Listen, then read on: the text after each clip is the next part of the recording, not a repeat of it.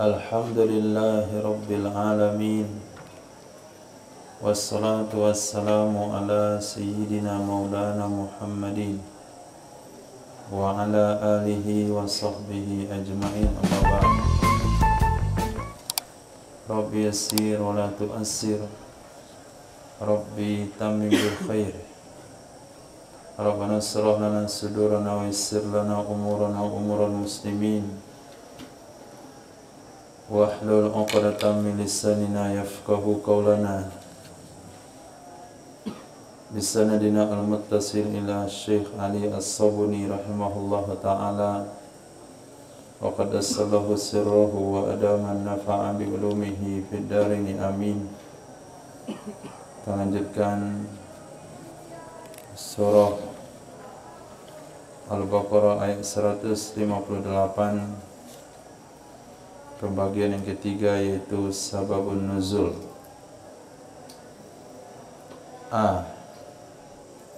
An Sayyidatina Aisyah radhiyallahu ta'ala anha, sesungguhnya Sayyidina Urwah bin Zubair radhiyallahu ta'ala anhuma qala laha, berkata ia Sayyidina Urwah baginya Sayyidatina Aisyah radhiyallahu ta'ala anha. Apa kata Sayyidah Urwah, Sayyidina Urwah kepada Sayyidatina Aisyah? Ara'aiti, apa pendapatmu tentang firman Allah subhanahu wa ta'ala yang berbunyi,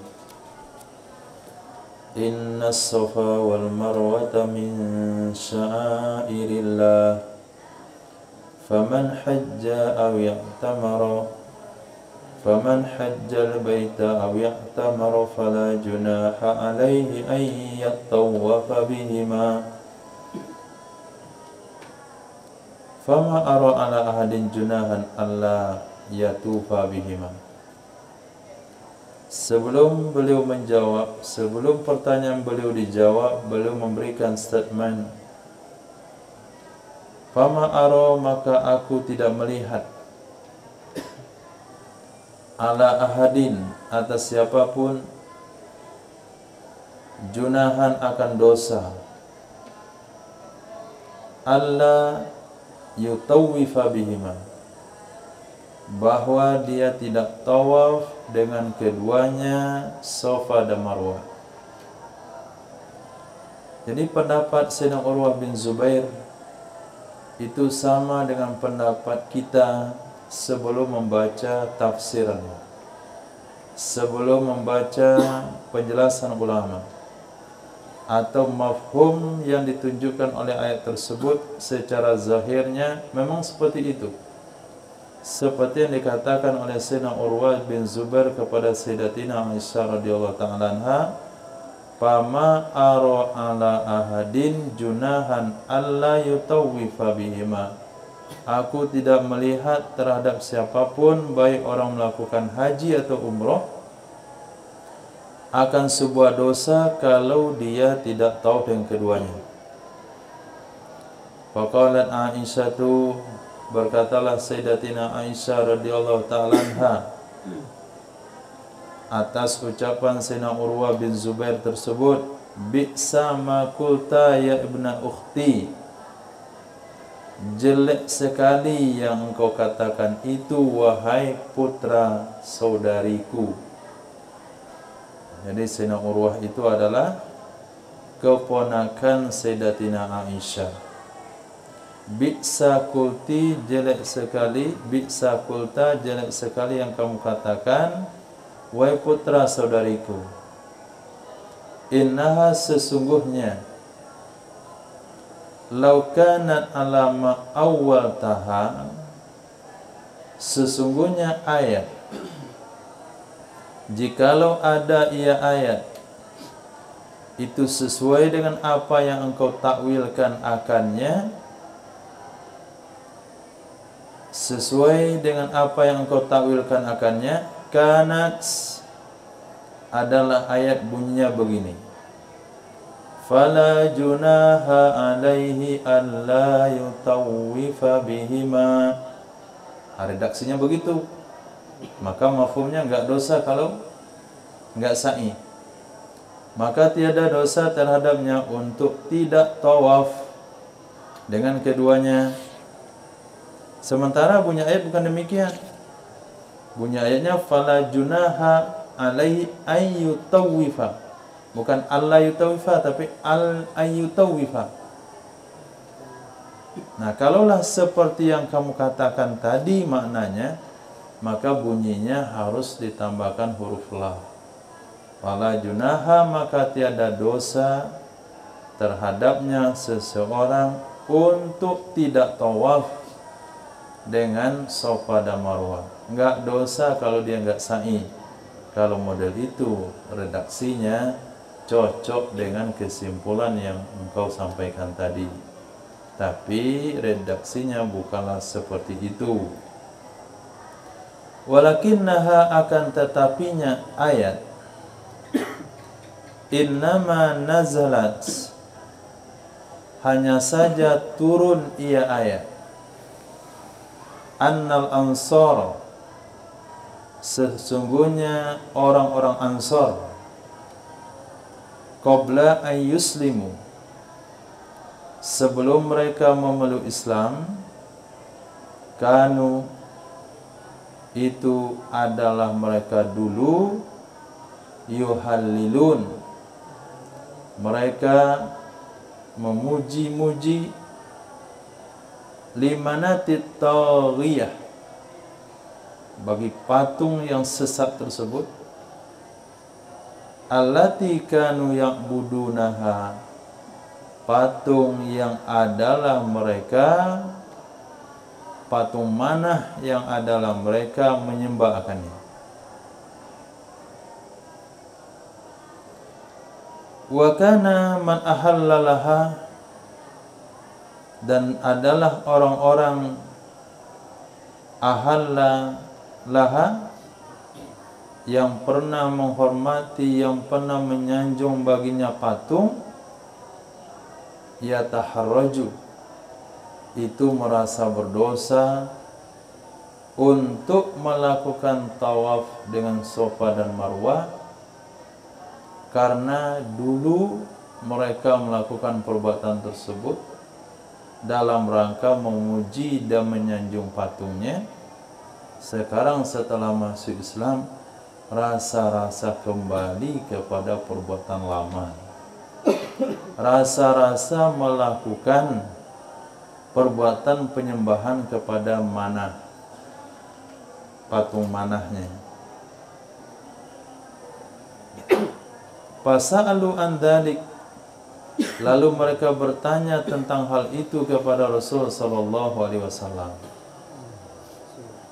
Faqalu, mereka berkata, ya Rasulullah, inna, sesungguhnya kami, kunna, ada kami dulu, nataharraj, kami merasa berdosa, an natufa bis Safa wal Marwah fil jahiliyah. Maaf, inna kunna, sesungguhnya kami, ada kami dulu, nataharraju, kami buat dosa. Kami buat dosa bahwa kami tawaf dengan Safa dan Marwah di zaman jahiliyah. Jadi larinya kami dari Safa dan Marwah dulu di zaman jahiliyah itu untuk berbuat dosa, memuliakan patung mana? Patung nomor 3 mereka, Lata, Uzza, Manah.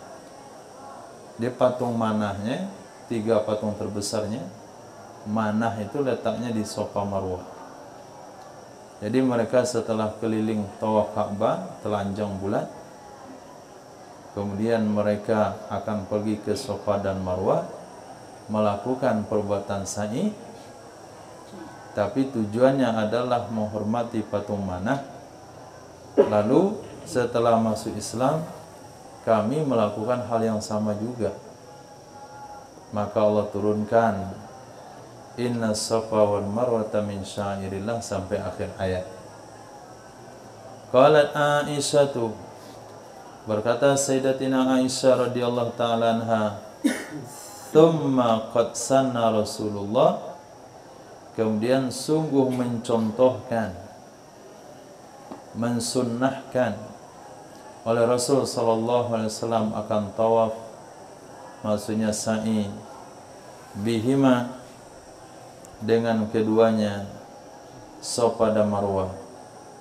Falaisa li ahadin, maka tidak boleh bagi siapapun ayyada'at tawafa, bahwa dia meninggalkan tawaf, bahwa dia meninggalkan sa'i dengan keduanya Safa dan Marwah, walaupun dia merasa bersalah dengan perbuatan tersebut, dikarenakan mirip dengan perbuatan mereka dulu di zaman jahiliyah. Itu salah satu asbab nuzul ayat tersebut.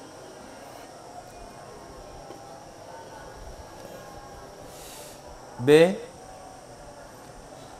Wa akhraja Imam al-Bukhari wa Tirmizi an Sayyidina Anas radhiyallahu anhu, sesungguhnya Sayyidina Anas ibni Malik su'ila, pernah ditanya tentang Safa dan Marwah.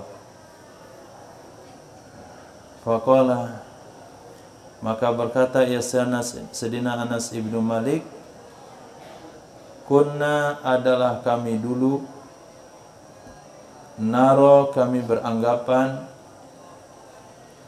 annahuma, sesungguhnya keduanya Safa Marwah, min amril jahiliyah, termasuk dari urusan atau perkara orang-orang jahiliyah, tradisi kebiasaan orang jahiliyah. Falamma ja'al Islam amsakna anhuma, maka tak kala telah datang Islam, kami menahan diri dari keduanya Safa dan Marwah. Kami enggak mau dekat naik ke puncak Safa dan Marwah, karena itu tempat ritual ibadah penyembahan patung di zaman jahiliyah. Akhirnya Allah turunkan ayat berikut, inna safa wal marwata min syairillah. Jadi ketika ajaran Nabi, ajaran para anbiya disalahgunakan, diselewengkan oleh ajaran sesat, maka ajaran asal itu tidak rusak atau tidak hilang atau tidak cacat dengan penyelewengan yang ada setelahnya. Nah, hanya saja mereka dikembalikan kepada ajaran yang benar. Begitu cara Islam menyikapinya. Misal ada suatu jenis zikir berjamaah, itu adalah sunnah Nabi, kemudian dilakukan oleh satu oknum atau kelompok tertentu, dibuat zikir itu seperti mainan, misalnya melewati batas, goyang-goyang laki perempuan, maka dikembalikan zikirnya kepada cara yang benar, bukan ditinggalkan zikirnya seperti pemahaman sahabat sebelumnya. Allahu Akbar. Alhamdulillah. Bismillahirrahmanirrahim. Wassallallahu ala sayyidina maulana Muhammad wa ala alihi washabihi ajma'in. Wujuhul qiraat. Beberapa cara baca. Qara'a jumhur wa man tatawwa'a.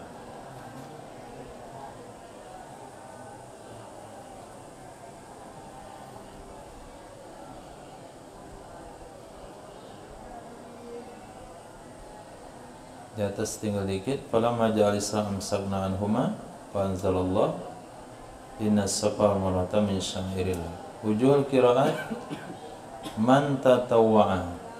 Ini bacaan jumhur. pakai ta, fathah ain. Sesungguhnya itu ada fi'il madhi dari tatawwa. Tatawwa, ya tatawwa'u, tatawwa. Membaca oleh Imam Hamzah dan Imam Kasai, wa may yattawwa, wa may yattawwa. Dibaca pakai iya, jazam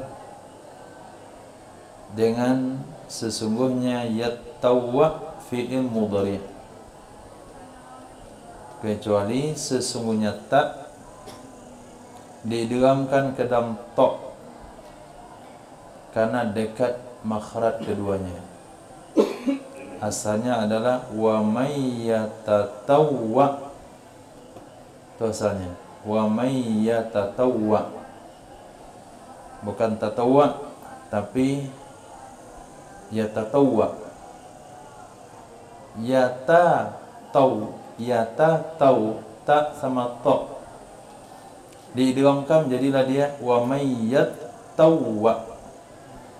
Itu bacaan daripada Imam Hamzah dan Imam Kasai.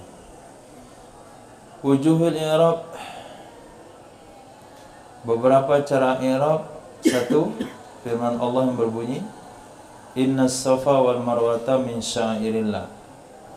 Qala al-Akbari, fil kalami hazfu mudaf. Dalam kalam Allah di atas itu ada membuang mudaf. Takdirnya adalah inna sa'yas safa, sesungguhnya sa'i di safa dan sa'i di marwah termasuk dari syiar-syiar Allah. Jadi inna safa ay inna sa'yas safa. Alif yang ada pada safa itu alif ganti waw. Asalnya adalah safwa. Safwa. Nah, huruf fa mati, huruf sahih, fa mati, waw huruf ilah berbaris, dipindahkan baris waw kepada fa, jadilah dia sofau. Kemudian diganti waw jadi alif, sofa.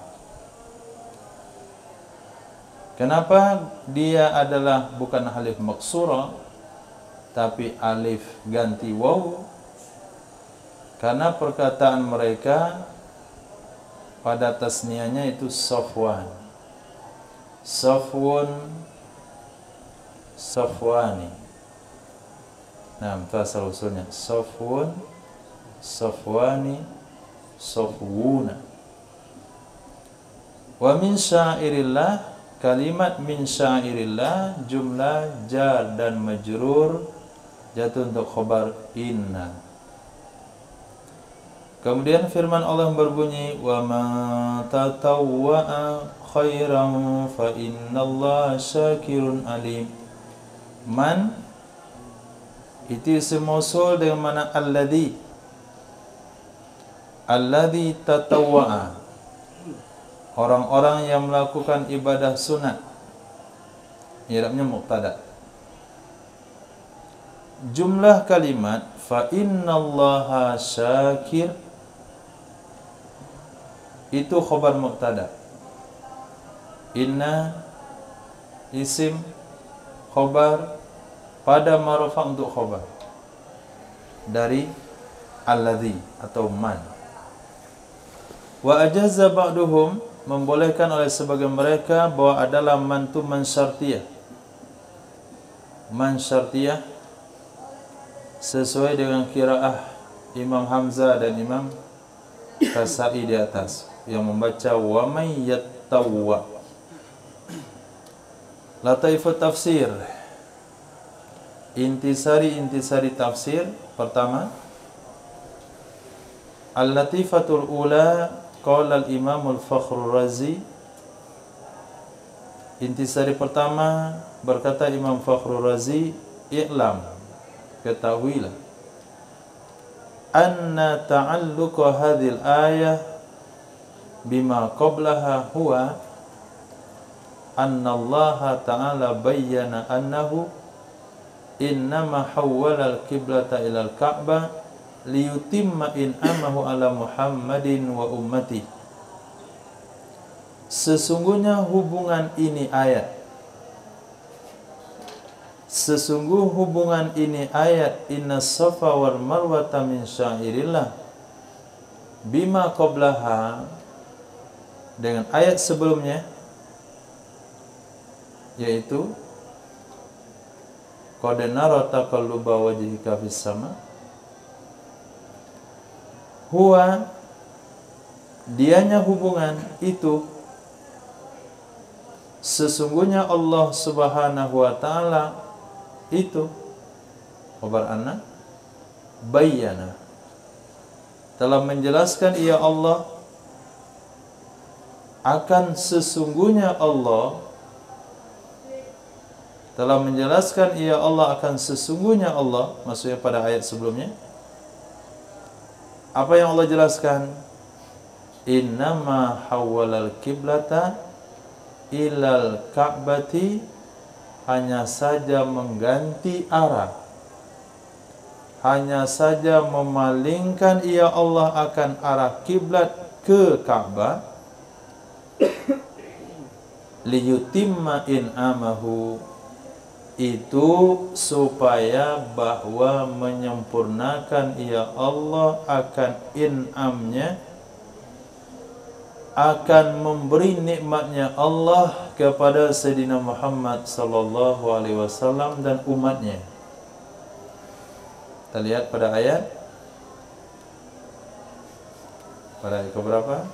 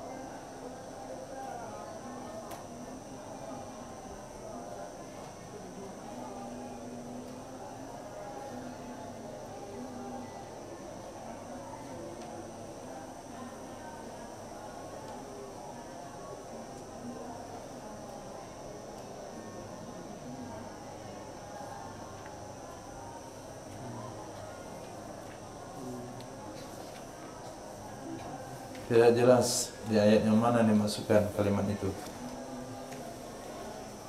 6. Dianya sesungguhnya Allah Subhanahu wa taala bayana, telah menjelaskan, hanya saja memalingkan ia Allah akan kiblat ke Ka'bah, supaya menyempurnakan ia Allah akan nikmatnya kepada Nabi Muhammad dan umatnya, bi ihya'i syara'i Ibrahima wa dini, yang menghidupkan syariat Nabi Ibrahim dan agamanya. Berarti ayat yang mana lah yang dimaksudkan? Kenapa enggak nyambung?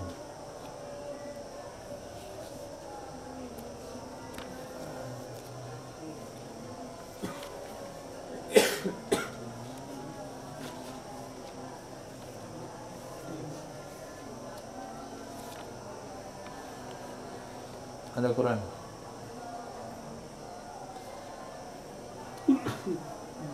(158).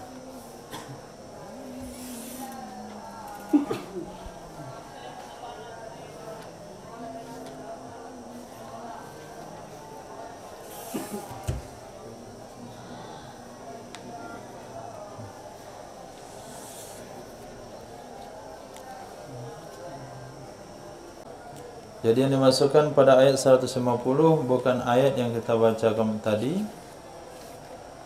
Ini ada pada ayat 158.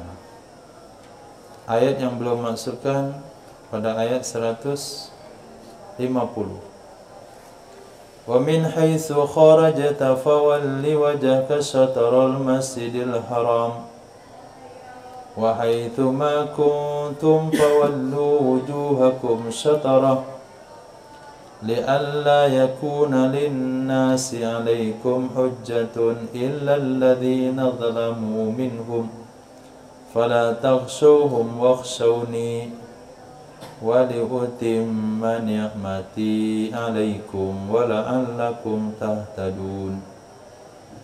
Nah, jadi yang dimaksudkan adalah ayat 150 memang masih berkaitan dengan tujuan Allah memalingkan kiblat, karena ayat 150 diawali dengan di mana saja kamu keluar wahai Muhammad, palingkan mukamu ke arah Masjidil Haram. Di mana saja kalian berada, palingkan muka-muka kalian ke arah Masjidil Haram, supaya tidak ada bagi manusia terhadap kalian hujjah kecuali orang-orang zalim. Maka jangan takut sama mereka, takut kepadaku. Dan gunanya kamu berada di mana saja, baik kamu dan umatmu, aku suruh menghadap ke Ka'bah, wali utimma ni'mati alaikum, supaya aku sempurnakan terhadap kalian akan nikmatku. Itu yang dimaksudkan oleh musannif Syekh Ali As-Sabuni. Kata beliau, innama hawwalal qibla ilal Ka'bah, hanya saja memalingkan ya Allah akan kiblat ke Ka'bah, liyutimma in'amahu, supaya Allah menyempurnakan nikmatnya kepada Nabi Muhammad dan umatnya dengan cara menghidupkan syariat Nabi Ibrahim dan agama Nabi Ibrahim.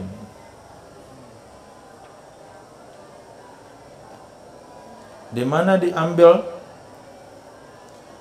diambil dengan cara menghidupkan syariat Nabi Ibrahim dan agama Nabi Ibrahim, yaitu ayat pada 151, kama arsalna fikum rasulam minkum yatslu alaikum ayatina zakkikum ya'limul kitab wal hikmah wa ya'likum ma lam takunu ta'lamun.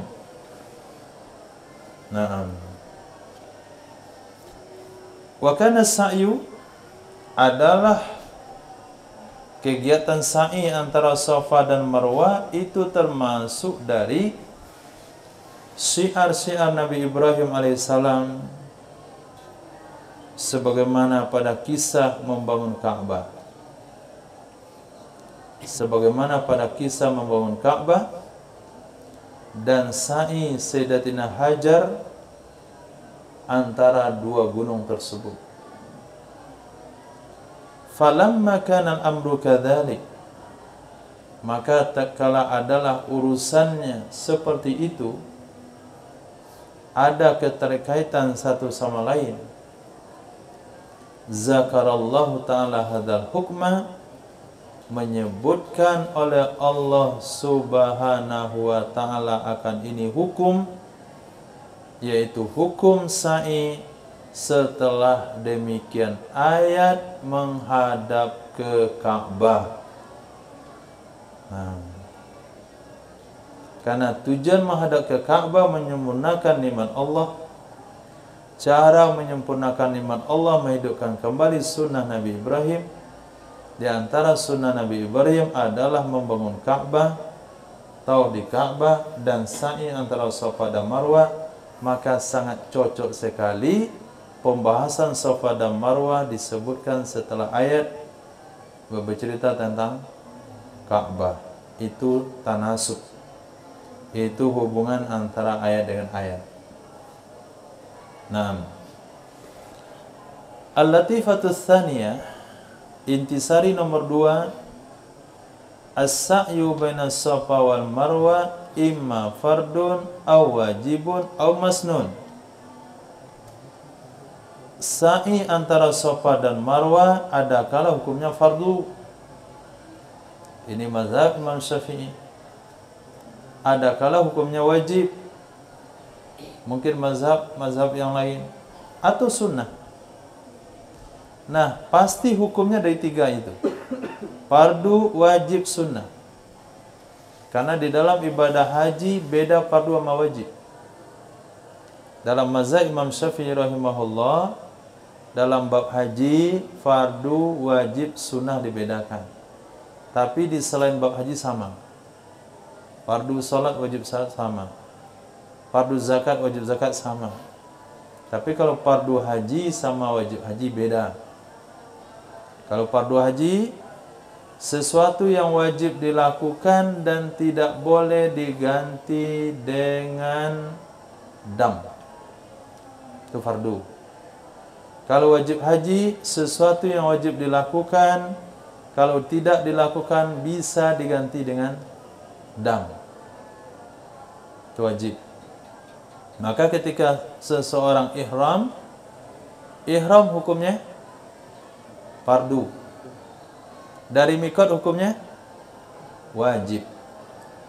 Maka kalau di ihram lewat mikot, kena dam lah dia. Kena denda. Hajinya sah. Wukuf fardu. Kalau nggak wukuf, nggak ada gantinya. Tawaf fardu. Kalau nggak tawaf, nggak bisa diganti. Mabit wajib. Kalau nggak mabit, ganti dengan dam. Nah, ataupun mazhab yang lain mengatakan sa'i itu sunnah. Apapun hukumnya, bagaimana Allah nafikan dosa?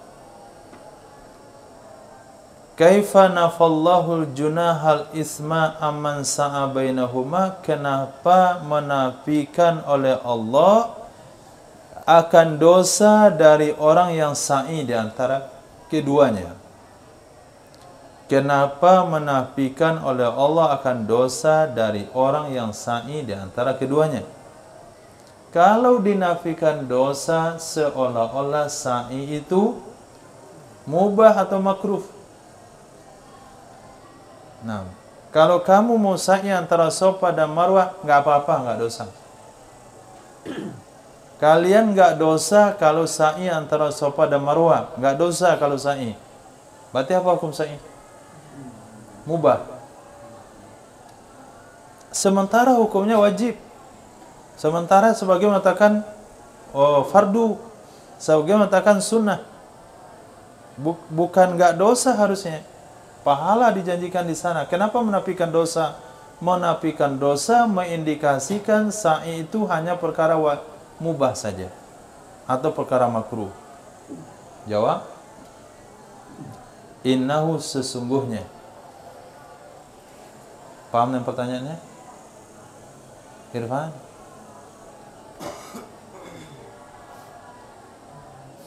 Sudah belum? Oke, begini.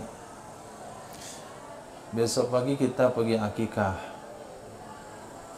Irfan kalau nggak ikut nggak apa-apa.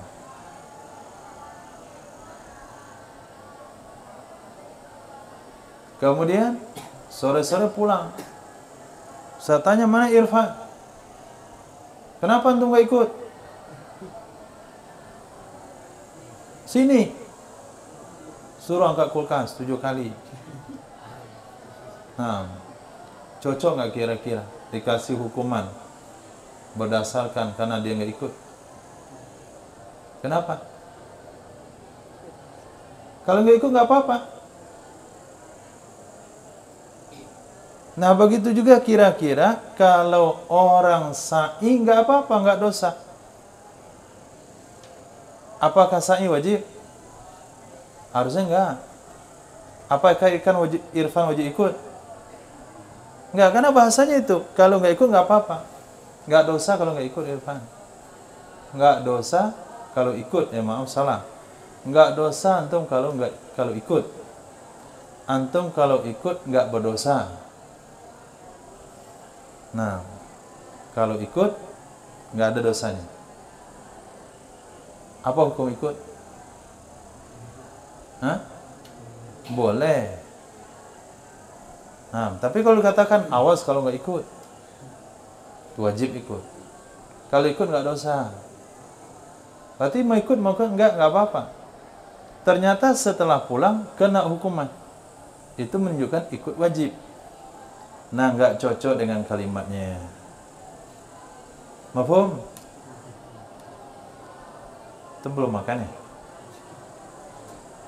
Apri paham? Apa yang iya?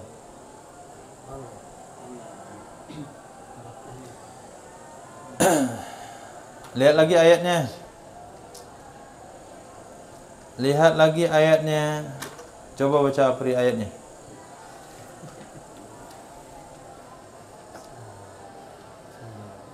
Cepat dikit. Agak cepat.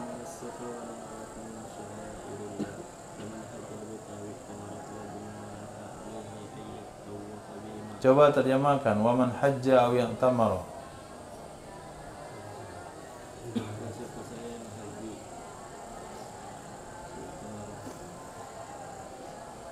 Faman hajjal baita aw ya'tamara.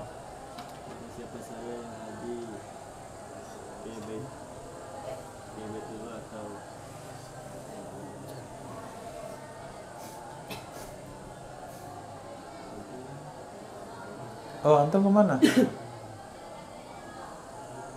Antum kemana waktu itu?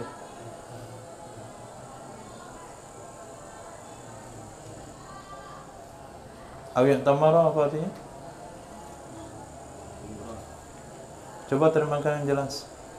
Maka siapa saja yang haji ke Baitullah atau umrah, maka tidak ada dosa di atasnya bahwa ia bertawaf bagi keduanya secara umrah.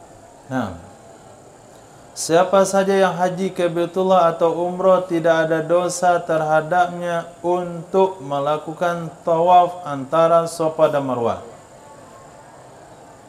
Enggak ada dosa terhadapnya untuk tawaf antara Safa dan Marwah. Apa hukum tawaf Safa Marwah? Mubah. Betul begitu kesimpulannya? Secara redaksi betul begitu? Nah, sementara yang ada dalam hukum syariat, sa'i itu antara Safa dan Marwah, ada mazhab mengatakan fardu, ada mazhab mengatakan wajib, ada mazhab mengatakan sunnah. Kok kenapa Allah nafikan dosa dari orang yang sa'i? Nah, kenapa bahasanya enggak dosa kalau sa'i? Kalimat itu enggak tepat untuk perkara wajib. Jawab, annahu sesungguhnya kana ala Safa, ada dulu di atas bukit Safa tersebut sonamun patung, yuqalu lahu Isaf, yang disebut dengan nama Isaf. Nah, jangan ada nama Isaf. Wa alal marwati sanamun, di atas bukit Marwah ada juga patung namanya Nailah. Kita sana Nailah kita tahu? Sama. Sebagaimana dikatakan oleh Sayyidina Abdullah bin Abbas, wa kana al-musyrikun, adalah orang-orang musyrik, idza tafu, apabila mereka tawaf, tamassahu bihima, mereka mengusap dengan kedua patung itu. Dia naik ke bukit Safa, diusap muka si Isaf, kemudian dia lari-lari ke bawah, naik ke bukit Marwah, sampai Marwah diusap muka si Nailah. Turun lagi daripada Marwah, naik ke Safa, usap lagi muka si Ishaq. Fakhasyal muslimuna, maka khawatir oleh orang Islam, ayatashabbahu bi ahlil jahiliyah, bahwa mereka menyerupai, mereka meniru dengan ahli atau masyarakat jahiliyah. Wa taharraju, dan mereka merasa berdosa dari tawaf, dari karena tawaf, maksud tawaf di sini sa'i, karena ini sebab. Maka turunlah ayat tadafa'ul haraj, mengelakkan, menepis perasaan dosa tersebut dari mereka. Turunlah ayat yang menepis, yang mengelakkan dosa dari mereka. Enggak dosa, enggak usah karena khawatir berdosa, enggak dosa. Nah, itu masalahnya. Li'annahum, karena sesungguhnya mereka innama yas'auna lillah la lil asnam, hanya saja mereka sa'i karena Allah, bukan untuk patung.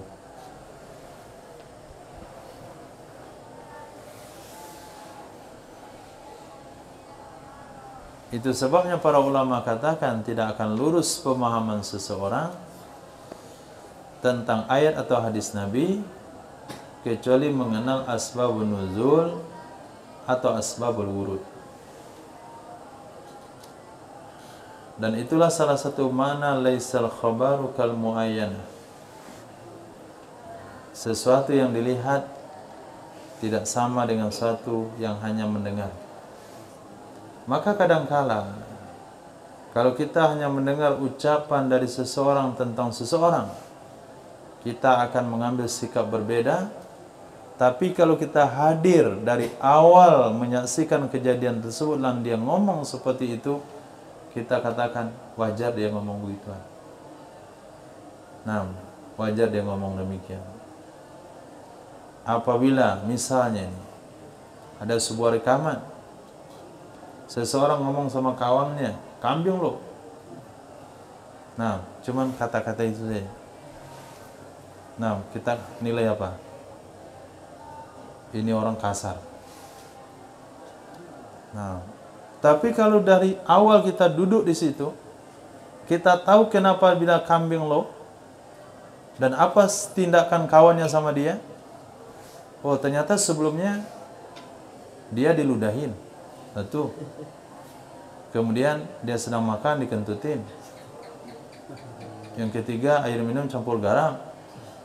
Nah, udah 3 penderitaannya, lalu dibilang kambing lo. Nah, siapa yang salah? Nah, maka kita nggak katakan udah baik dari itu, untung nggak ditampar. Nah, cuman bilang kambing lo dong. Nah, kenapa berbeda sikap kita? Karena tahu asbabul wurud, dia ngomong kambing lo itu. Nah, kalau kita nggak tahu, malah bahasanya lain. Nah, itulah mafhum.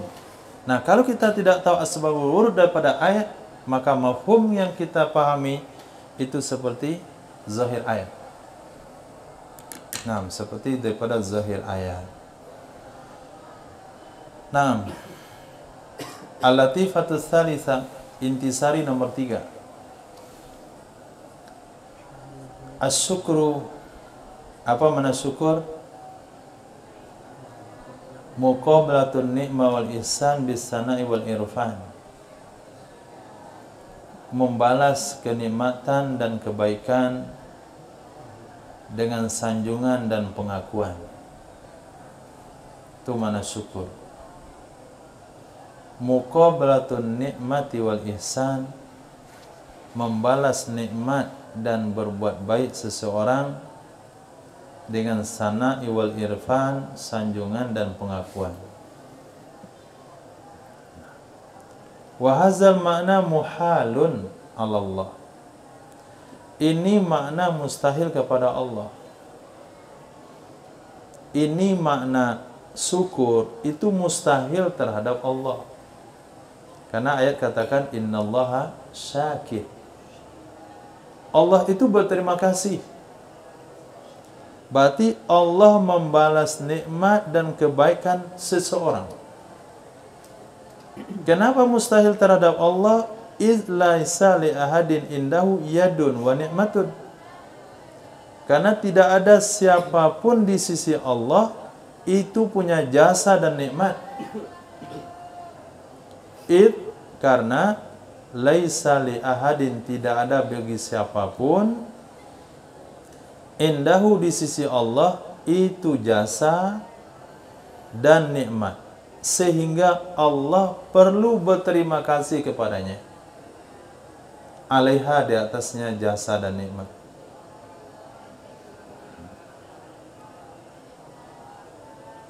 Maka ayat yang berbunyi fa innallaha syakirun itu mesti ditakwil. Nah, mesti ditakwil. Karena ketika kita katakan innallaha syakirun alim, bahkan dalam ayat yang lain innallaha syakur, sangat berterima kasih. Sementara berterima kasih itu adalah kita ucapkan sebagai wujud jasa baik orang ke kita, baru kita ucapkan terima kasih. Nah, sekarang siapa yang berjasa sama Allah? Siapa yang pernah ngasih nikmat sama Allah? Nggak ada. Nah, kalau nggak ada, bagaimana Allah dikatakan syakir? Sementara syakir itu sendiri adalah membalas jasa orang. Sementara nggak ada satu makhluk pun yang punya jasa, yang memberikan jasa kepada Allah, dan tidak ada Allah terutang jasa kepada siapapun. Kenapa ada bahasa syakir kepada Allah? Itu sebabnya syakir mana hakikat dinisbahkan kepada Allah, hukumnya muhal, mustahil. Karena mustahil mahmulun ala sawabi wal jaza, ditempatkan dengan makna memberi pahala dan memberi balasan. Innallaha syakir, maknanya Allah itu maha memberi pahala dan memberikan imbalan amal seseorang. Ai annahu yuthibuhu, sesungguhnya Allah subhanahu wa ta'ala itu memberi pahala akannya orang, wala yudayyi'u ajral alamin, ajral alimin, Allah tidak akan menyia-nyiakan pahala orang-orang yang beramal.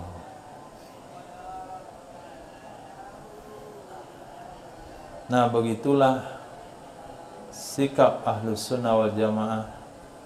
Setiap ayat-ayat yang mustahil ditempatkan pada mana hakiki harus ditakwilkan seperti tabarakallahu ahsanul khaliqin. Tabarakallahu ahsanul khaliqin, apa artinya? Maha tinggi Allah, ahsanu, sebaik-baik, khaliqin, orang-orang yang menciptakan. Ada pencipta selain Allah? Enggak ada. Kenapa dibuat jamak di situ? Seolah-olah banyak sang pencipta. Mustahil diartikan, maka ditakwil musawwirin. Nah, ahsanul musawwirin, sebaik-baik orang yang membentuk. Nah, karena cipta sama bentuk beda. Kalau membentuk, bahan bakunya dari orang. Kalau mencipta, itu dari nol. Kita hanya makhluk membentuk semen, ya aduk-aduk jadi batu bata, jadi dinding, jadi patung, kayu diukir jadi naga, nah jadi rumah.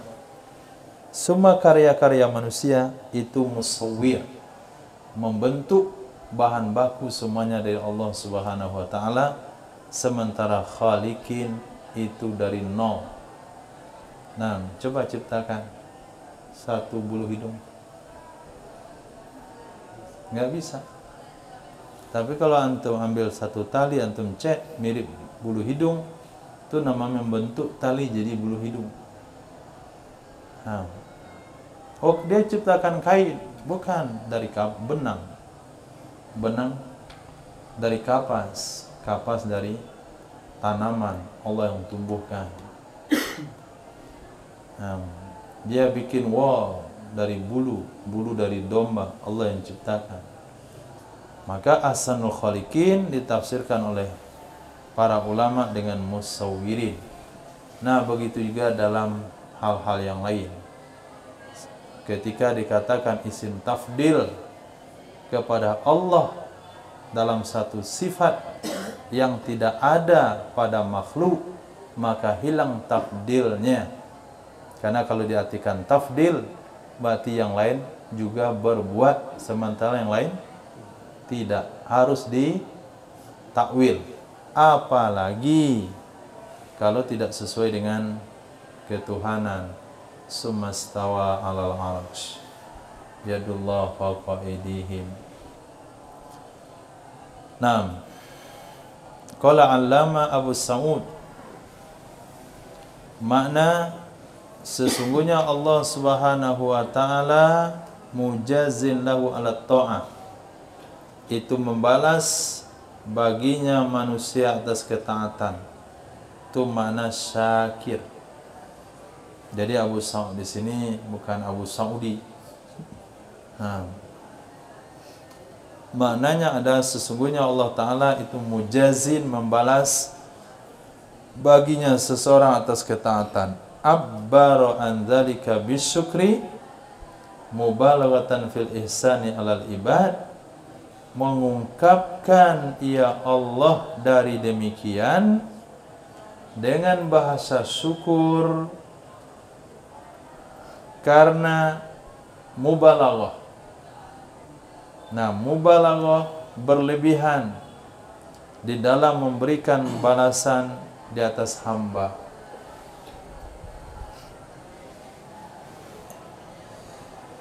Nah, itulah ucapan-ucapan ketika seseorang ibu atau bapak mengatakan terima kasih kepada anaknya. Nah, terima kasih telah bantu bapak. Terima kasih telah bantu ibu. Sebetulnya bahasa itu nggak perlu. Nah, kenapa nggak perlu? Karena semua yang kamu berikan itu dari mereka. Lalu kenapa digunakan bahasa terima kasih?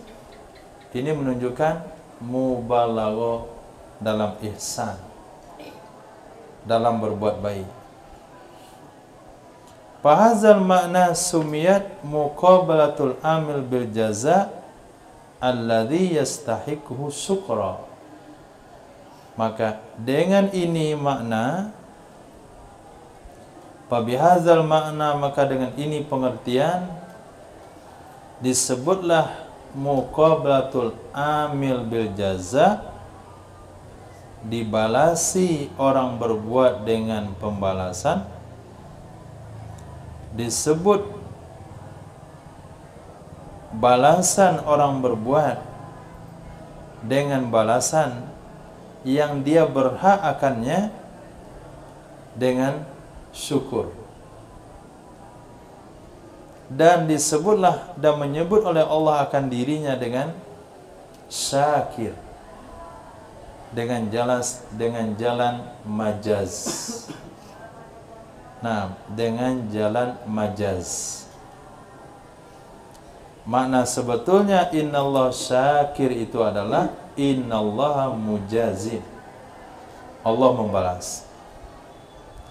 Lalu diungkapkan dengan bahasa syukur supaya balasannya itu terlihat lebih mubalaghah. Nah, terlihat lebih mubalaghah. Antum naik ojek dari sini ke pasaraya berapa? Sini pusaranya berapa?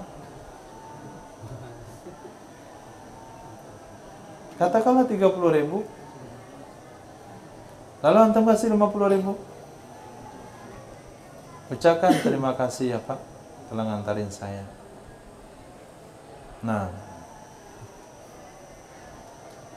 Nah, dengan ucapan terima kasih tersebut itu mubalaghah dalam memberikan. Kenapa? Karena yang kita terima itu adalah imbalan daripada uang yang dikasih. Jadi nggak perlu terima kasih. Tapi ketika diucapkan balasan dengan terima kasih, ini untuk menunjukkan mubalaghatul ihsan. Nah, maka orang tua pun bingung nih. Saya disewa, bayar 30.000, dibayar 50.000. Dia pula minta terima kasih. Kira. Nah, saking tingginya mubalaghatul ihsannya nggak bisa dipahami oleh tukang ojek. Kenapa dia terima kasih? Nah, akhirnya dikatakan baik sekali bapaknya. Nah, ini yang Allah inginkan di sini. Supaya muncul sanjungan dari hamba. Kenapa Allah menggunakan bahasa syakir? Padahal Allah bahasanya hanya mujazin saja. Allah membalas kebaikan atas apa yang dilakukan oleh hamba. Tapi Allah tidak menggunakan bahasa balas, tapi menggunakan bahasa syakir. Supaya jelas mubalaghatul ihsan kepada hamba. Kalau hamba memahami hal tersebut, maka dia akan memuji Allah atas hal itu. Nah, jadi disebut muqabalatul amil bil jaza, imbalan orang beramal dengan balasan yang dia berhak akannya untuk diucapkan terima kasih. Lalu disebut Allah yang membalasnya dengan syakir yang berterima kasih. Itu semuanya dengan jalan majaz. Nah, dengan jalan majaz. Khair. Sampai situ ada pertanyaan?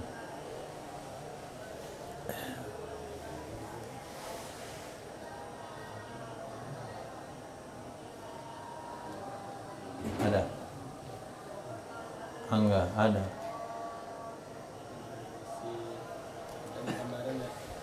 Hah?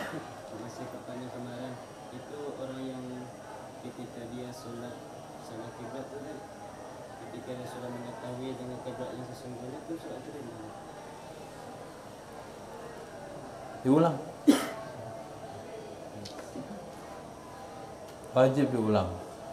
La ibrata bizanni al-bayni khata'u. Tidak diperhitungkan prasangka yang terbukti salah.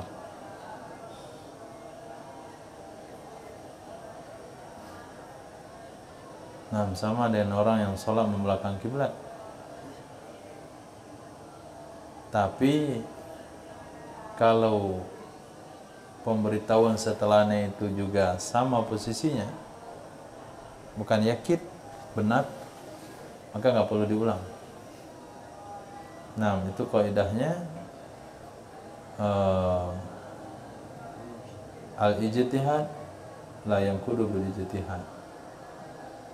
Tapi kalau yakin benar yang kedua dan yakin salah yang pertama, kaidahnya la ibrata bizanni al-bayni khata'u. Yang mana porsinya? Pertama, kedua? Contoh kasus.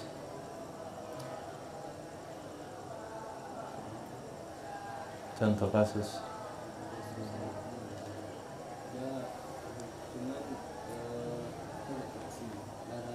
Darah kiblat itu berbedanya dengan yang enggak aslinya, dan itu bedanya cuma sedikit gitu. Jadi seolah-olah kalau kita balik kepada yang asal kiblatnya, itu perubahannya seolah-olah tidak berpaling dari arah kiblat itu. Sedikit berubahnya. Jadi gini yang benar. Dia gini dikit. Ya. Ini yang benar gini nih. Gini dikit. Itu kalau antum tarik tali itu udah jauh itu bedanya. Kecuali kalau di Ka'bah, gini Ka'bah, ini dikit kena pojok Ka'bah. Ini dikit masih kena pojok Ka'bah. Kena dikit masih arah Ka'bah. Itu dekat Ka'bah. Tapi kalau kita di Indonesia nih, ini arahnya, ini dikit. Itu udah bisa ke Eropa itu. Karena tarik tali gitu. Contoh. Nah. Nih Ka'bah. Ini tali. Nah, kalau dia sekira dekat ini nih, dia lurus begini harusnya, dia robah gitu ini, masih gini. Ini dikit, masih gini. Tapi kalau jauh jaraknya di sini, misalnya ribuan kilometer, gini dikit saja, itu udah lepas. Jadi nggak ada bahasa dikit-dikit saja di situ, nggak ada. Nah, karena kita jauh, kecuali dekat. Kejadiannya mana, di Pariaman atau di Madinah?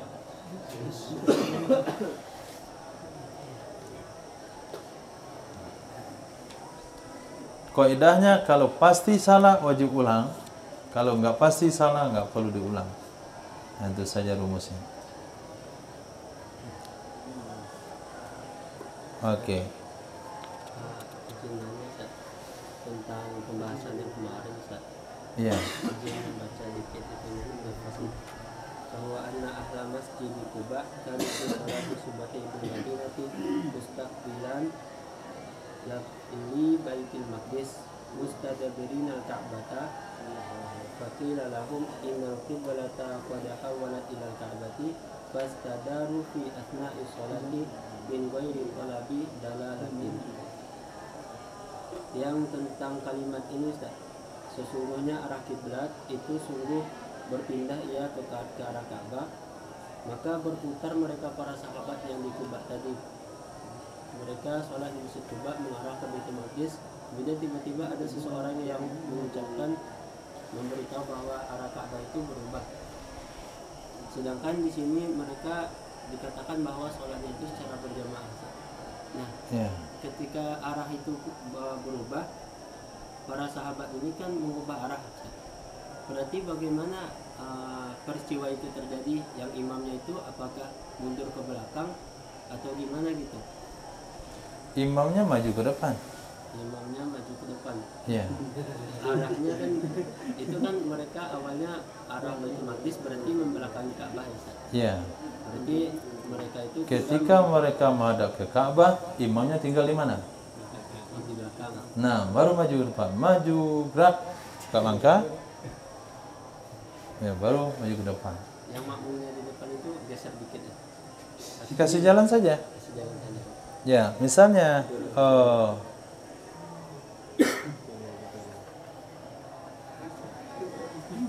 nah, antum berdiri 4 orang.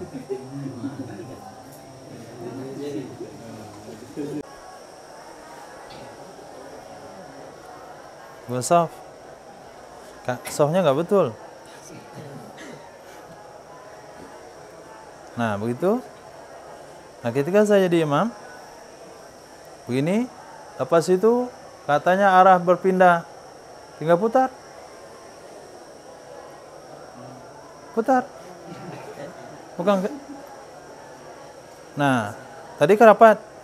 Sekarang kaki yang kiri, Irfan, kaki yang kiri rapatkan ke kanan. Nah, udah. Astagfirullah besar kali. Nah, gini.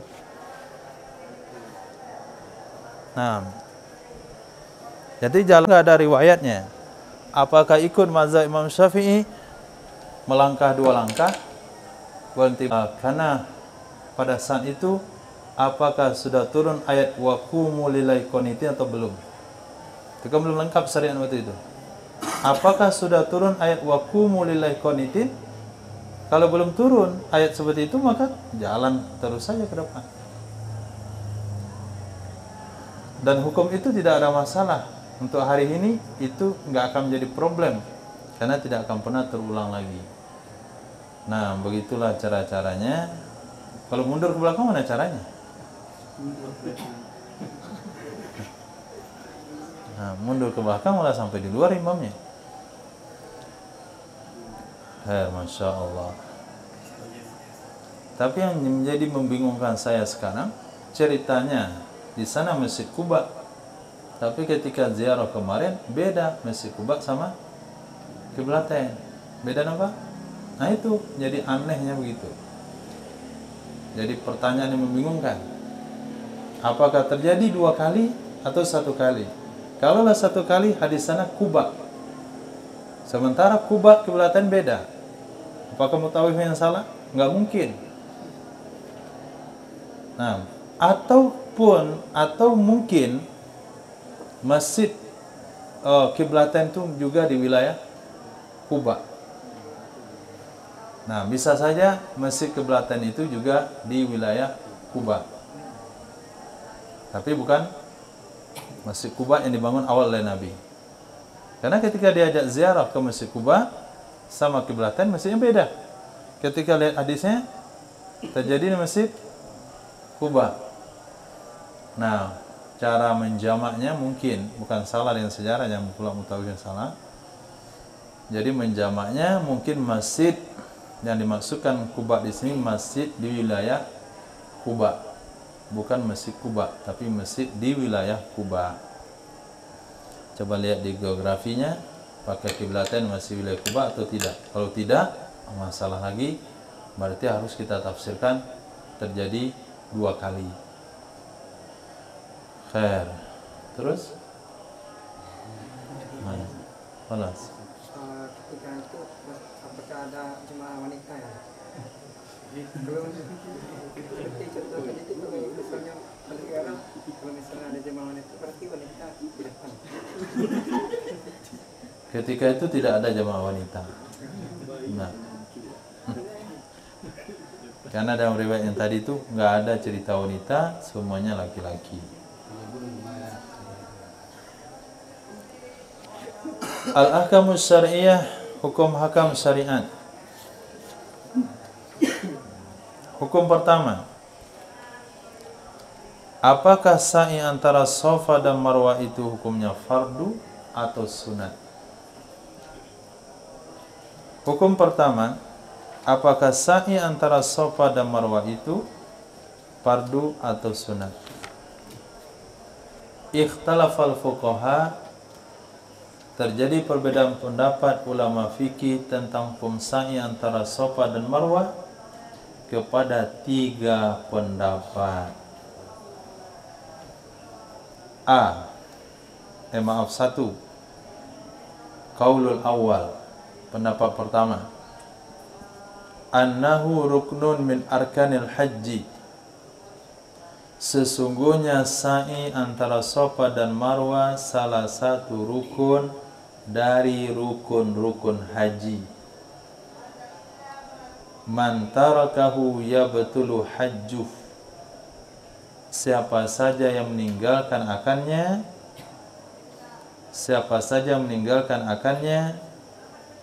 itu batal ibadah hajinya. Dia adalah mazhab Imam Syafi'i dan mazhab ulama Syafi'iyah dan Malikiyah.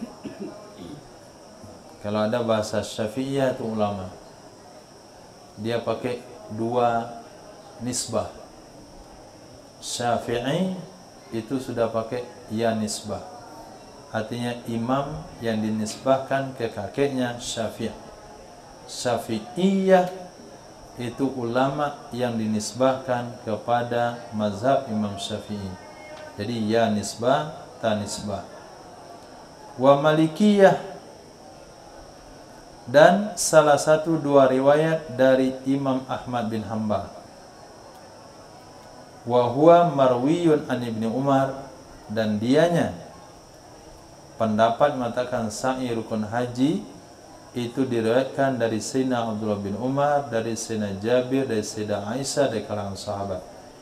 Jadi 3 sahabat ini pernah diriwayatkan memberikan pernyataan sa'i antara Safa dan Marwah rukun haji. Jadi setiap hukum itu ada figur ulamanya dan ada figur sahabatnya. Al-qaul tsani, pendapat kedua mengatakan annahu wajibun laisa biruknin. Sesungguhnya sa'i itu wajib bukan rukun. Nah, seperti yang saya sampaikan tadi. Karena antara wajib dan rukun atau wajib dan fardu itu berbeda dalam bab haji. Wa idza tarakahu wajaba alaihi damun. Kalau kita katakan sa'i wajib haji apabila dia meninggalkannya, idza tarakahu, apabila meninggalkan ia seseorang akannya sa'i, wajib terhadapnya bayar dam. Tapi haji enggak batal. Itu adalah mazhab Abu Hanifah dan Imam Sufyan Ats-Tsauri. Qaul tsalis annahu tatawwu'.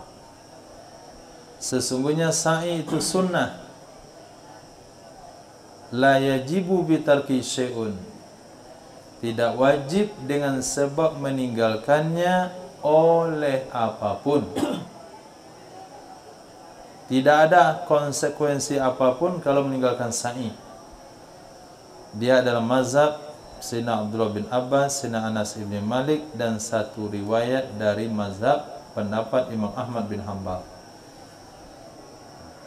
Jadi 3 pendapat, seperti yang dicerminkan oleh Syekh Ali dalam pembahasan tadi.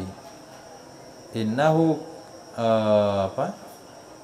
as-sa'yu baina Safa wa Marwah imma fardun aw wajibun aw masnun. Fardun mazhab Syafi'iyah Malikiyah, wajibun Hanafi, sunnah mazhab Imam Ahmad. Nah, jadi kalau kita ikut belajar mazhab Imam Ahmad bin Hanbal dan ikut ujian, itu jawabannya banyak betul. Karena rata-rata dalam satu pendapat itu ada 2 pendapat beliau. Nah, seperti inilah. Apa hukum sa'i? Wajib? Betul. Sunnah? Betul juga. Nah, kaulan. Ditanya mazhab Imam Ahmad bin Hanbal, kaulan, betul dah semua itu. Rata-rata, bukan semuanya. Hukum zina, kaulan, enggak ada kaulan di situ. Dalil mazhab pertama yaitu Syafi'iyah dan Malikiyah. Istadallal qailun, berdalil oleh ulama-ulama yang mengatakan bi anna sa'ya ruknun, sesungguhnya sa'i itu rukun. Mereka ulama jumhur, mayoritas berpendapat rukun. Bima yali, dengan dalil sebagai berikut. A. Qauluhu alaihi salam is'au fa innallaha kataba alaikumus sa'ya. Sa'ilah kalian, sesungguhnya Allah telah wajibkan kepada kalian akan sa'i. B. Ma sabata, sesuatu yang sudah pasti, sesungguhnya Nabi sallallahu alaihi wasallam sa'a, itu melakukan sa'i dalam hajjatul wada. Idris, berapa kali Nabi haji seumur hidup? 2 kali. Kali pertama kapan?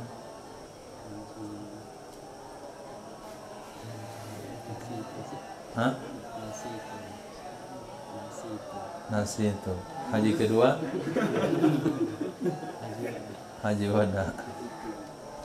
Nah, siapa yang imamin jenazah ketika menyolatkan jenazah Rasulullah? Imamin salat jenazah Nabi siapa? Nah,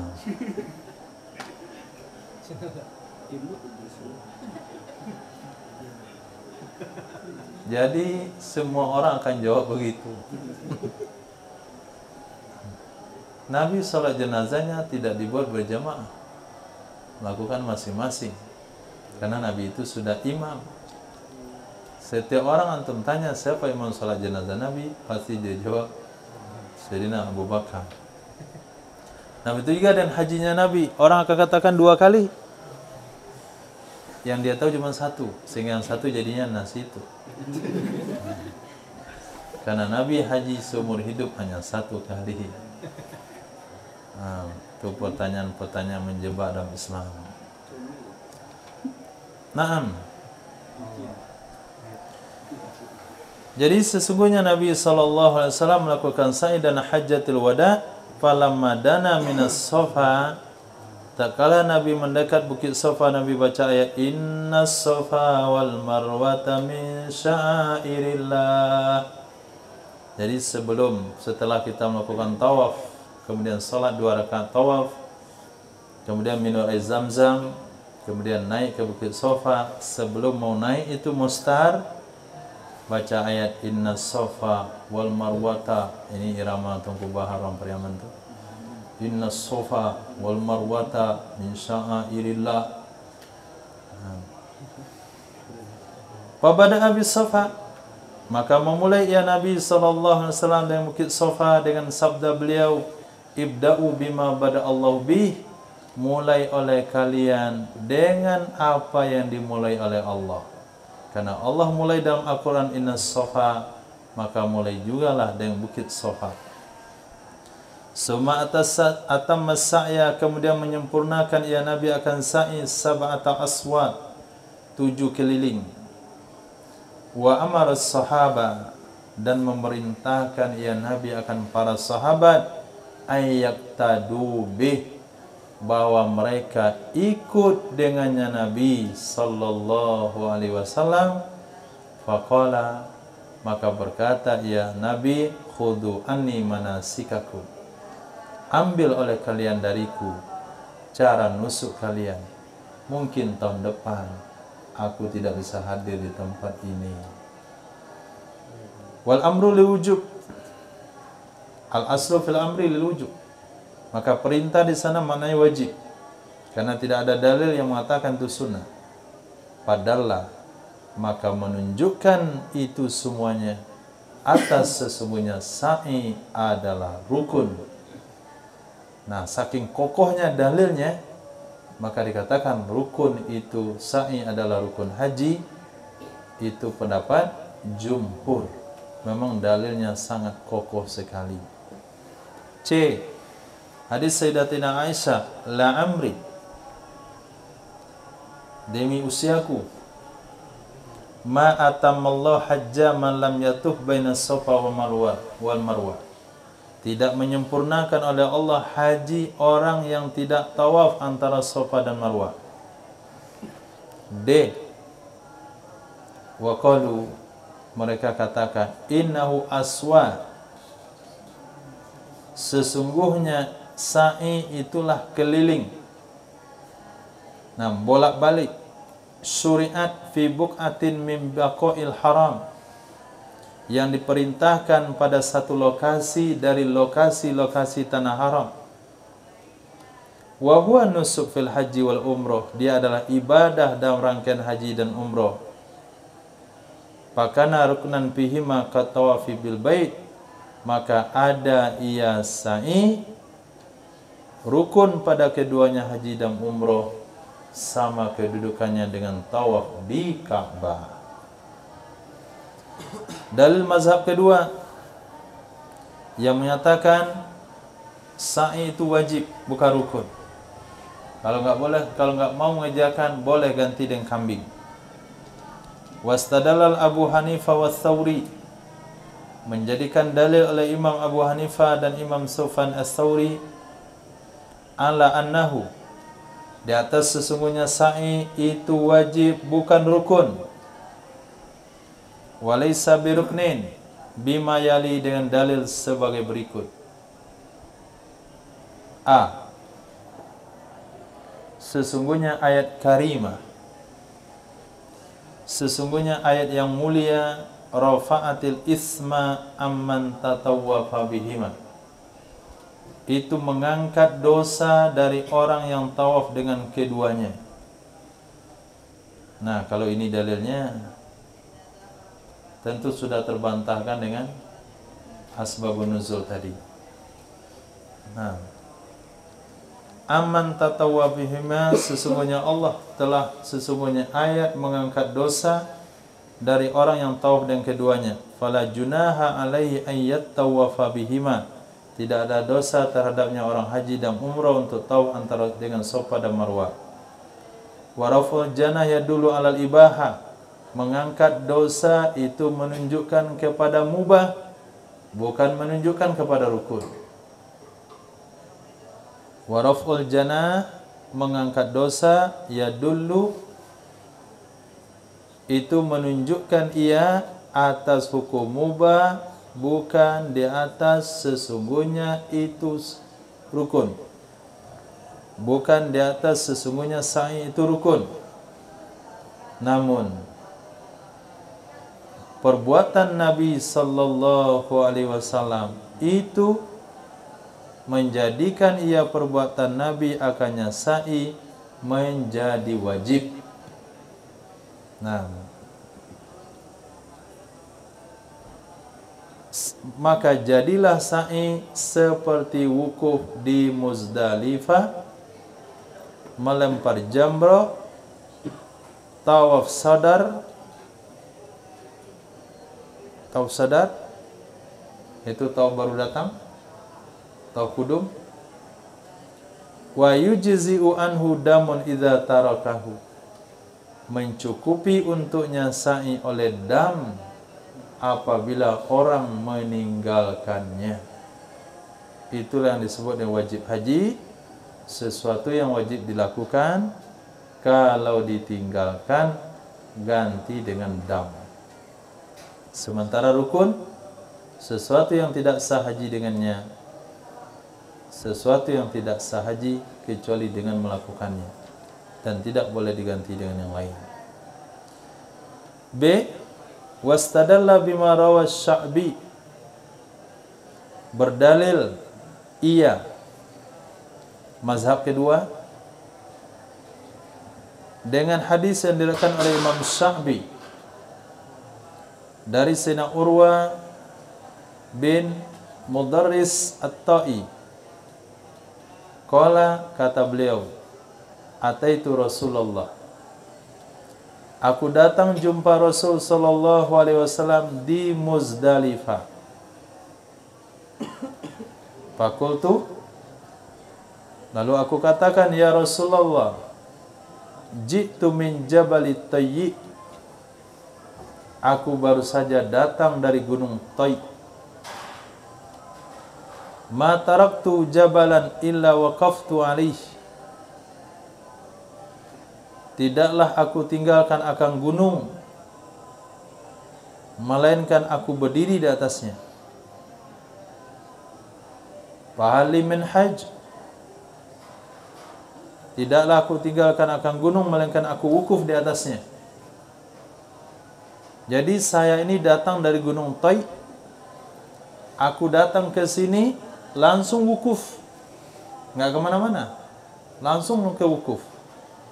Jadi belum ada tawaf-tawaf, belum ada macam-macam. Saya cuman baru datang dari gunung langsung ke wukuf. Lalu pertanyaan beliau, fahli min hajj, apakah bagiku ada haji? Apakah bagiku ada dapat ibadah haji? Yang aku lakukan hanya baru wukuf. Ini ketika Nabi ada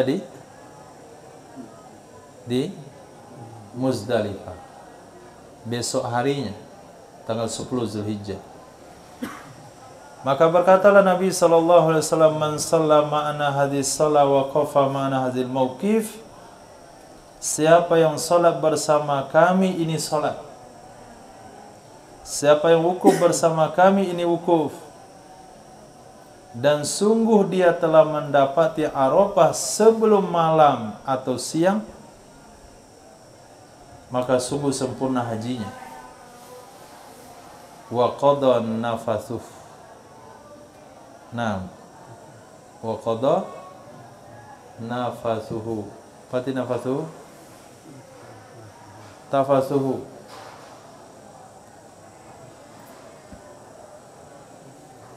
Wah, dilihatin. Ada kita antum syarahnya.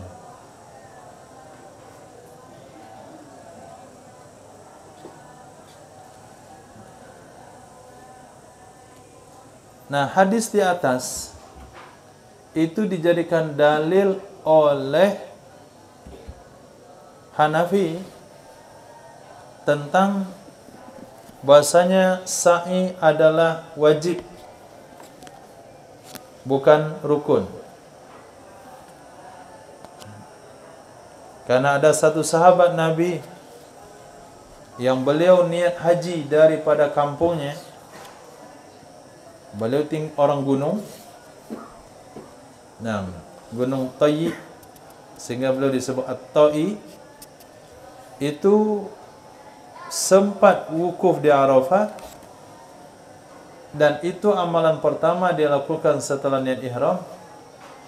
Kemudian ketika beliau berada di Muzdalifah, beliau sampaikan hal tersebut. Man sholla sholatana hadhihi, itu adalah sholat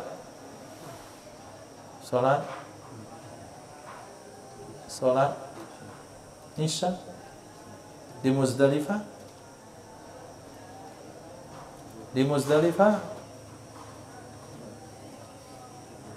Salat subuh.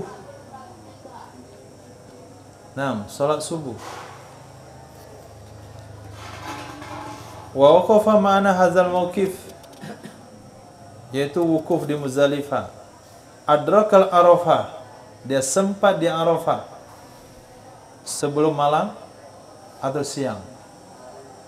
Karena wukuf di Arafah waktunya adalah mulai pada zawal tanggal 9 Zulhijjah sampai sebelum terbit fajar tanggal 10. Kalau dia dapat wukuf sebentar saja di malam itu, malam takbiran, walaupun 5 menit berada di Arafah sebelum fajar terbit, berarti dia telah mendapatkan wukuf. Jadi man adrafa Arafah qabla, sebelumnya, qablu sebelumnya, artinya sebelum ada di sini, sebelum hari ini, baik malam atau siang kemarin, maka sempurna hajinya. Wa qada tafathahu, dan dia telah menunaikan tafatha fa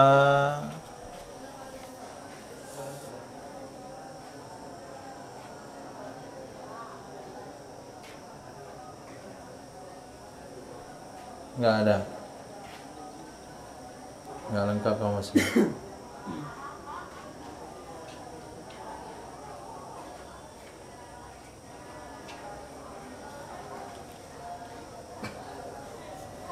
Antum lihat nanti di kamus Al-Munir. Nah, sekarang yang mau dibahas adalah istidlal. Dari mana hadis tersebut, wujuh istidlalnya, sudut pandang menjadikan hadis itu jadi dalil. Wa wajhul istidlal fil hadis, cara mengambil dalil dalam hadis tersebut dari dua sisi. Satu, ikhbaruhu bitamamil haji, memberitahukannya Nabi dengan sempurna haji. Nah, memberitahukannya Nabi dengan sempurna haji, padahal di haji itu tidak ada sa'i antara Safa dan Marwah. Sana istimbatnya. Nabi katakan faqad tamma hajju. Nah, sedina ta'i tersebut apakah ada sa'i? Tidak. Di mana letak kesempurnaan haji? Wukuf di Arafah.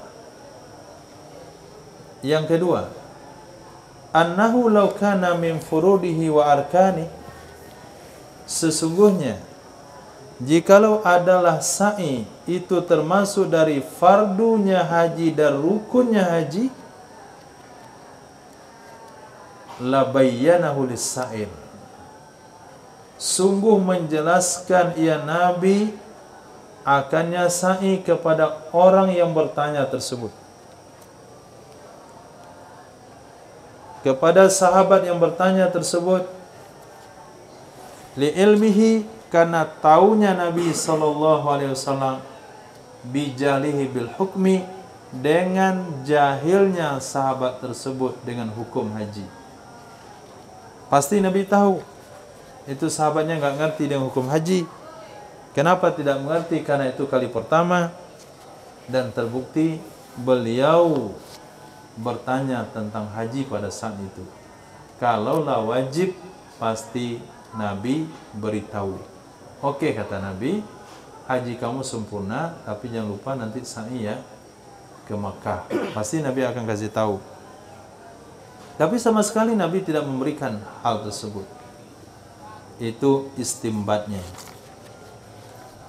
Wa dalilul mazhabis sali, dalil mazhab ketiga, wastadalla man qala bi annahu tatawwu', berdalil oleh ulama yang mengatakan sesungguhnya sa'i adalah ibadah sunnah, walaysa biruknin wala wajibin, bukan rukun bukan wajib, bima yali, dengan dalil sebagai berikut. 1.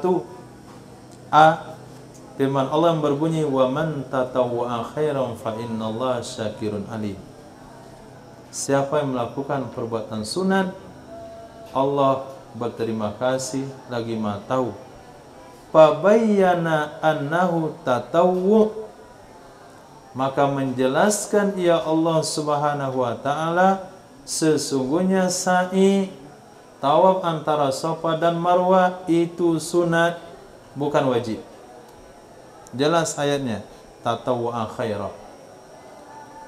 Faman tarakahu, maka siapa saja meninggalkan akannya sa'i, la syai'a alaih, tidak ada kewajiban apapun terhadapnya, amalan bi zahiril ayah, karena mengamalkan dengan zahir ayat.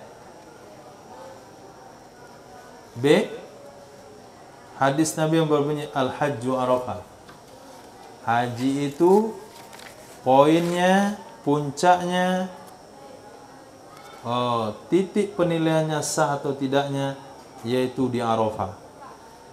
Kalau mereka berkata fahadal hadis, maka ini hadis ya dulu itu menunjukkan di atas, man adraka Arafah faqad tamma hajjuh, siapa saja yang mendapatkan Arafah, maka sungguh sempurnalah ibadah hajinya. Wa hadza yaqtadi tamama min jami'il wujuh. Nah, dan ini orang yang mendapatkan Arafah hajinya sempurna, yaqtadi itu bermaksud menginginkan at-tamama min jami'il wujuh, sempurna dari segala arah.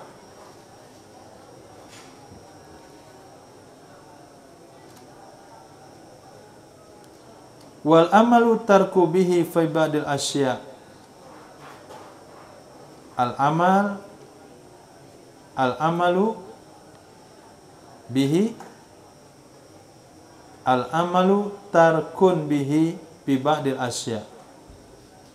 Fa baqiyal amalu ma'mulan bih fi sa'i. Apa maksud kalimat itu?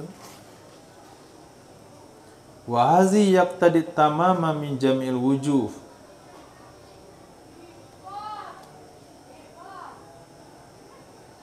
Al-amalu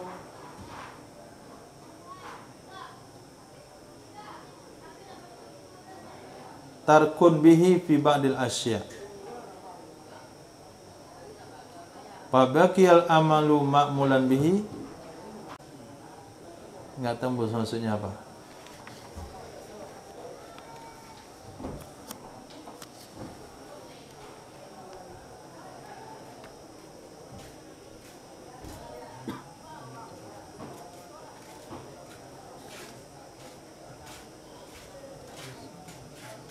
Tafas artinya kotor. Wa qad tafasuf. Nah, berarti telah bersih kotorannya.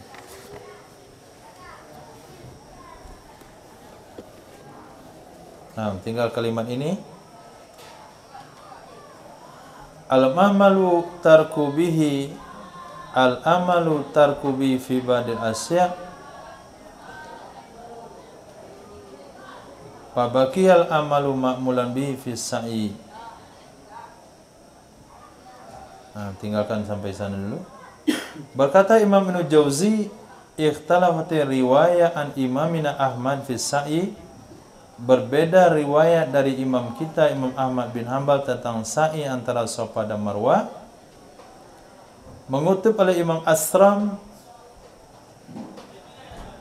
kata Imam Ahmad, man taraka sa'ya lam yujzihu hajju. Orang yang meninggalkan sa'i tidak mencukupi akannya oleh hajinya. Mengutip oleh Abu Talib, laisya'a fi tarki amdan aw sahwan. Tidak ada kewajiban apapun di dalam meninggalkan sa'i sengaja ataupun lupa. Jadi Imam Ahmad dalam hal ini ada dua komentar. Kutipan murid beliau Imam Asram mengatakan haji wajib, sehingga beliau masuk dalam pendapat yang kedua tadi. Sementara Abu Talib murid beliau mengatakan tidak ada kewajiban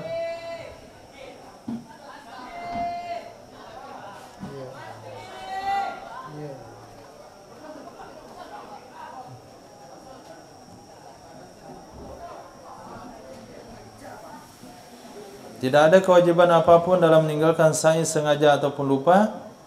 Wala yang bagi ayat turqah, tidak pantas orang meninggalkannya. Dan mengutip oleh Imam Maimuni, sesungguhnya sa'i itu sunat. Ini kutipan daripada Imam Ahmad bin Hanbal. Cukup insyaAllah. Nanti kita dengarkan tarjih daripada Syekh Ali As-Sabuni daripada beberapa 3 pendapat di atas dengan dalil-dalilnya. Wallahu a'lam bishawab.